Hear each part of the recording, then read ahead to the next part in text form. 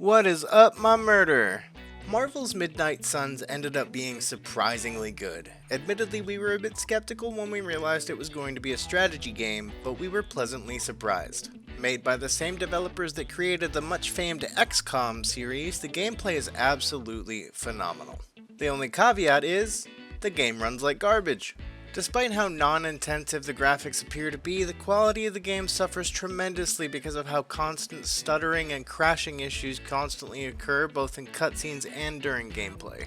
The developers are aware of this, having made a post about it stating they're working on fixing it, but it's clear that the release was rushed. If the lack of a release date until it was practically launched wasn't a dead giveaway.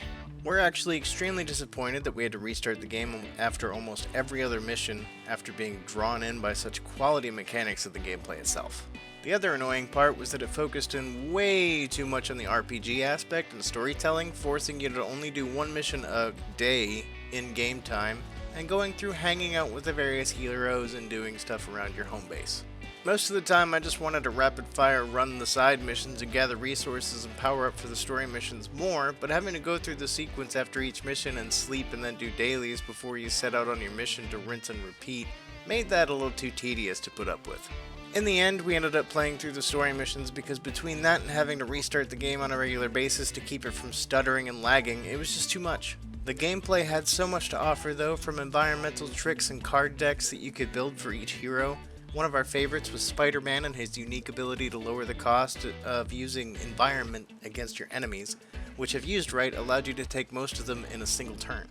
Depending on how high risk reward you want to go, you can build decks that focus on damage and sacrifice the health of your heroes, or you can go the other way, which is more defensive. Though we had no trouble finding a nice balance between the two. Don't get us wrong either, the RPG element to the game is nice and doesn't drag on as much as going through the questionnaires of various characters might in a lot of them. It's how it's presented that we believe could have been majorly improved without us having to go through the motions, so to speak. We would have liked it much more if we could have focused on one element at a time depending on how we felt, but we did enjoy getting to know each of the characters.